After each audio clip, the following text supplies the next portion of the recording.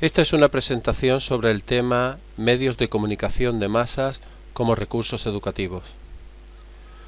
A la hora de analizar el papel de los medios de comunicación de masas como difusores de determinados temas de interés, está por determinar hasta qué punto esos medios de comunicación son exclusivamente instrumentos de información sobre la actualidad y hasta qué punto están al servicio de los destinatarios.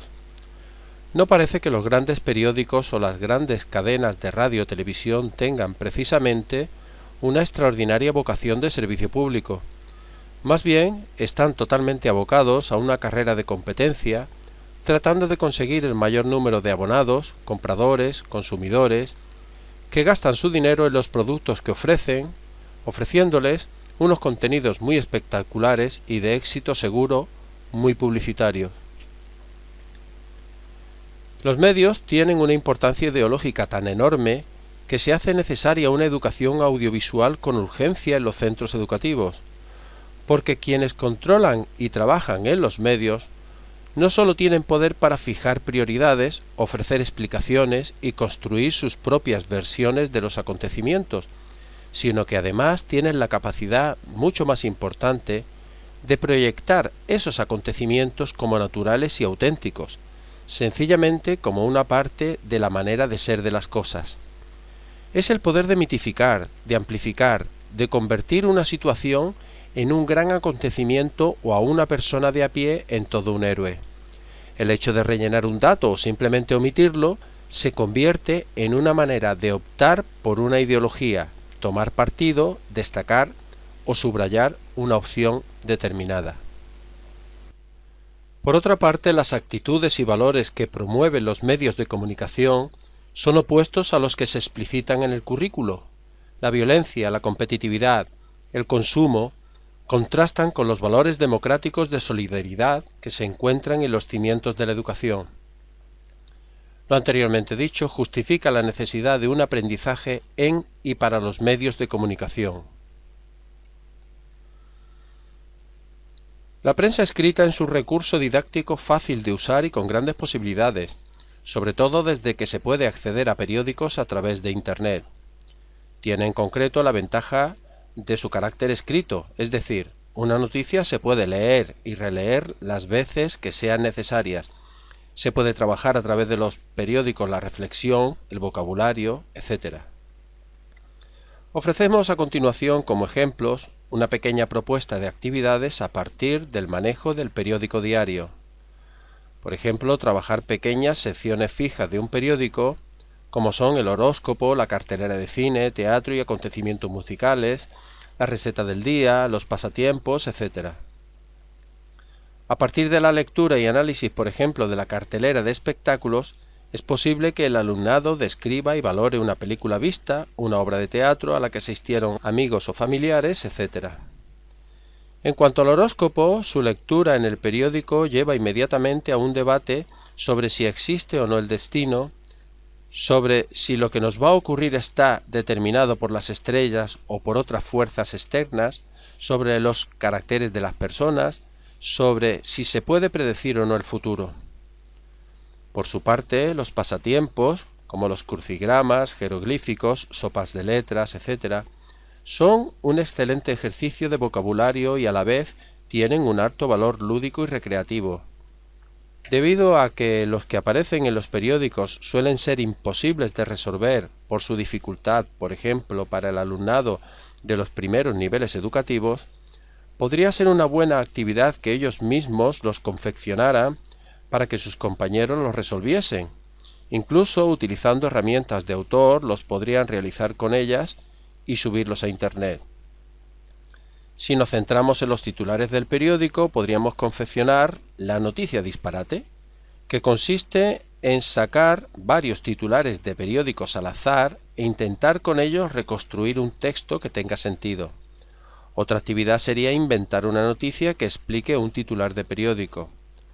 Otra podría consistir en buscar el titular a una noticia, o dados dos titulares de periódico, hacer un texto que los enlace. Obviamente los titulares deben ser en un principio cercanos en contenido para facilitar la redacción y, en un segundo momento, podrían ser bastante dispares, con lo que se fomentaría más el sentido imaginativo del alumnado.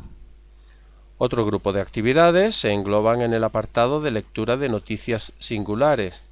Se puede mostrar al alumnado una parte de una noticia de un periódico y ellos deben encontrar dónde aparece con la ayuda de pequeñas pistas, que van desde indicios de la sección en que se encuentra, bien porque estén incluidos en la noticia, bien porque las aporte el docente, hasta las páginas en las que se encuentra, tamaño de la noticia, si está o no ilustrada con fotografía, etc. También una búsqueda de noticias con características dadas. Por ejemplo, se pide al alumnado que encuentre la noticia mejor del día, la que sea más original, la noticia que no hay manera de entender, etc. Y por último, una lectura libre de las noticias que más les llamen la atención. Las actividades de ejemplos reseñadas con anterioridad, que se pueden hacer de forma individual o colectiva, puntualmente o dentro de un programa más amplio, no quita para que se lleve a cabo la confección de un periódico o publicación de aparición periódica confeccionado por los propios estudiantes.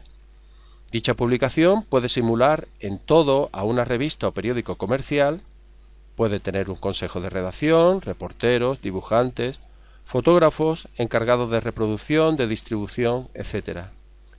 Lo que es evidente es que el alumnado aprende a captar la subjetividad de una noticia si es él quien tiene que reelaborarla a partir de distintas fuentes para plasmarla en una publicación. La difusión puede ser en papel o, más acorde con nuestros tiempos, en formato digital. En la imagen se aprecia un periódico de un centro educativo de primaria que se distribuyó tanto en papel como en formato digital. Por su parte, la televisión es, sin duda, uno de los protagonistas de la sociedad contemporánea, sobre todo en los últimos años, con la posibilidad de verla a través de otros dispositivos aparte del propio televisor. Tanto es así que los españoles pasamos una media de 4 horas al día ante el mismo.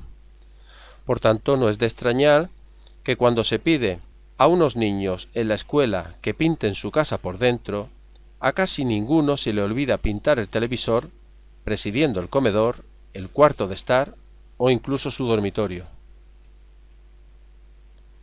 Con respecto al contenido de la programación televisiva, un estudio de la programación semanal realizado en 6 cadenas de televisión arrojó estas preocupantes cifras. Se produjeron en pantalla un número elevado de homicidios, peleas, secuestros, robos, tiroteos, suicidios, etc., que nos tienen que hacer reflexionar sobre los contenidos televisivos. Estos datos aumentan la inquietud acerca del posible reflejo de los contenidos televisivos en la sociedad que nos rodea. Podríamos recordar hechos tristes y célebres de niños, por ejemplo, que asesinaron a compañeros de su colegio imitando noticias aparecidas en televisión. No hay que olvidar que el tiempo que se dedica a la televisión es un tiempo pasivo y silencioso, donde los modelos de socialización y acción se presentan de forma cómoda y atractiva. La televisión permite a los niños saltar las barreras del espacio y del tiempo, ver y oír todo, pero no experimentar nada. Por otra parte, sin duda, cómodo y barato es confiar a la niñera electrónica, la televisión, el cuidado de los niños mientras se hacen otras tareas. Con respecto a la televisión, me voy a permitir realizar unas reflexiones en voz alta. ¿Realmente hay horario infantil en televisión? Hoy en día la respuesta es negativa, con lo que los niños en cualquier momento pueden ver contenidos poco adecuados a su edad. Y si bien es cierto que hay canales de televisión infantiles, aunque supuestamente destinados a los niños, cabría preguntarse si los contenidos de esas cadenas son adecuados para ellos. La respuesta, al menos, es dudosa. En segundo lugar, se puede afirmar que la televisión es un gran inconveniente para el rendimiento en el trabajo y en la escuela. Se está planteando incluso que los horarios de máxima audiencia se adelanten para que la finalización de los programas en dicho horario no sea a altas horas de la noche. Si nos centramos en los niños, las horas de sueño recomendadas son de 10 horas entre los 6 y 9 años, y de 9 horas entre los 10 y 12 años. Si tenemos en cuenta que el colegio generalmente comienza a las 9 de la mañana y dependiendo si los niños están en aulas matinales, si viven cerca del colegio, si utilizan transporte escolar, etc., se puede levantar aproximadamente a las 7:30 de la mañana, deberían estar acostados como muy tarde a las 10 de la noche. Por último, la realidad nos demuestra que muchos niños no están acostados a esa hora y que ven programas como realities, Super Nanny es mano mayor en cadenas generalistas, etc., que no les aportan conductas adecuadas. Para trabajar en los centros educativos, qué es un cómic y cuáles son sus características principales, se puede entregar al alumnado algún cómic para que identifiquen los siguientes elementos: onomatopeyas, diferentes tipos de viñeta, de planos, de bocadillos, metáforas como por ejemplo la bombilla que señala una idea, los sapos y culebras que indican palabras malsonantes, etcétera, etcétera. A través de un cómic, por ejemplo, se pueden estudiar etapas de la historia, como la historia de Roma utilizando Asterix y Obelix. Los estudiantes pueden elaborar un cómic ofreciendo el argumento de una historia para que la secuencien y dibujen a su gusto. Con esto conseguimos que antes de realizar la historieta haya que pensar y decidir el número de viñetas necesarias, la acción que se colocará en cada una, vestimenta de personajes, metáforas y onomatopeyas a utilizar, etc. Una vez que han hecho la planificación, se puede realizar los cómics mediante ordenador utilizando programas adecuados para ello. Con respecto a la publicidad, está sin lugar a duda en todos los medios de comunicación, ya que representa una fuente importantísima de ingresos para los medios y en algunos casos, como televisiones privadas, radio o diarios gratuitos, suele ser la única fuente de financiación. Hay que recalcar que es un elemento imprescindible, ya que sin duda solo podrían funcionar los medios de comunicación pagados por los ciudadanos directamente o a través de los impuestos porque dependan de los gobiernos. La ausencia de publicidad implicaría que solo podrían disfrutar de los medios de comunicación quienes pudieran pagarlos y también que los ciudadanos con pocos recursos accederían exclusivamente a los medios de comunicación oficiales con sus probables limitaciones en la libertad de expresión debido a una posición crítica hacia los gobernantes. En consecuencia, hay que resaltar que la publicidad es necesaria y que gracias a ella todos los ciudadanos podemos acceder a los medios de comunicación y los periodistas pueden hacer llegar información más libre. No obstante, hay que resaltar los efectos negativos de la publicidad que tenemos que combatir desde la educación y que vienen condicionados por, entre otros, los siguientes aspectos. En la publicidad se reproducen con bastante frecuencia roles sociales tradicionales que no responden a las demandas de la sociedad actual, como las funciones o responsabilidades hombre-mujer. En segundo lugar, la publicidad engañosa, que tiene especial incidencia en los juguetes que compran los niños. En muchas ocasiones son persuadidos por las maravillosas historias y escenarios que aparecen en los juguetes y además, aunque es ilegal, con bastante frecuencia los niños al ver los anuncios se crean fantasías que son aprovechadas por los mismos, como por ejemplo poner juguetes que tienen un mayor tamaño, dotarlos de movimiento cuando es incorrecto, etc. Por otra parte, la publicidad comercial nos ofrece un mundo donde todos los problemas se solucionan con la adquisición y consumo de determinados productos. Esta idea potencia el consumismo en las sociedades y ha penetrado ya tanto en nuestra sociedad que, en vez de llamarnos ciudadanos, en ocasiones nos denominamos a nosotros mismos como consumidores. La publicidad, por otra parte, a través de los medios de comunicación y las empresas multinacionales, están homogeneizando a la población de todos los países en muchos aspectos, como tipos de ropa, lugares donde comer, automóviles, teléfonos, gustos deportivos, etc.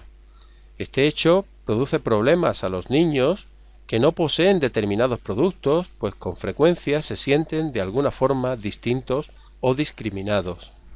Por último, con objeto de destacar la publicidad comercial utiliza muchas veces como reclamo el sexo y el cuerpo humano, hombres y mujeres atractivos, que pasan a convertirse en modelos y referentes donde muchos adolescentes se miran. Estos modelos hacen que muchos no valoren sus cuerpos y que intenten cambiarlos, llegando a poner hasta en peligro su propia salud. Ejemplos de esta publicidad son los anuncios de ropa, colonias, perfumes, etc. Para trabajar la publicidad en las aulas y hacer ciudadanos críticos y con criterio a la hora de consumir, hay multitud de materiales en la red que ofrecen la posibilidad de trabajar sin tener que elaborar el material nosotros mismos, sino tan solo adaptarnos a nuestro entorno educativo. Así, por ejemplo, tenemos la campaña que la Consejería de Educación de Andalucía lanzó en 2008 sobre La publicidad también juega, campaña del juego y el juguete no sexista, no violento. El contenido de esta presentación complementa el capítulo 4 del libro Tecnologías de la Comunicación y la Información aplicadas a la educación.